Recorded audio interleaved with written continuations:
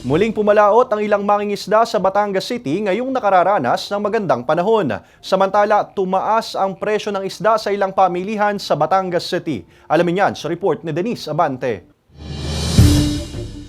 Naglalatag na ng 3-ply na lambat para sa panghuhuli sa mga isdang bato ang mga mangingisdang sina Dick at Edmond pasado alas 9 ng umaga kanina. Balik-laot na sila matapos ang halos 2 linggong pagtigil sa pangingisda dahil sa nararanasang malakas na pag-uulan at alon sa karagatan. Ay, ngayon magandang panahon ni Aisot, nakakapaglambat na, may nakakahuli yun ng isda. Malaking tulong ho pagka kalma yung dagat. Meron naman hong maiulam, ika nga. Kumpara noong mga nakaraang linggo, kalmado na ang dagat at maaliwalas na ang panahong nararanasan kaninang umaga sa bahaging ito ng Barangay Pinamukan proper sa Batangas City. Nakakahuli na ng ilang mga isda sina Dick at Edmond. Kakibat nito ay asahan na raw ang pagtaas sa presyo ng isda sa mga pamilihan. Pamahal. Ay nga, pagsaksa na 180, kahapon 240. Madamihan ang hulay.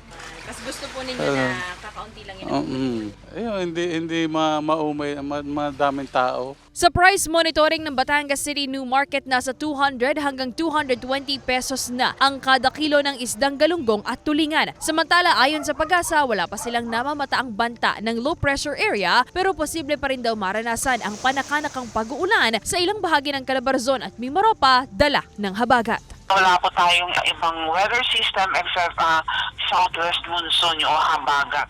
Wala na po yung low pressure na binagbantayan natin dito sa may east ng Mindanao, and then nakalabas na po yung low pressure na nandun sa taas ng Batanes. Asahan po natin na hanggang weekend, wala po tayong weather system na makaka-apekto sa ating lugar except dun sa mahinang monsoon. Kasama si J.R. Manjares, Denise Abante, Balitang Southern Tagalog.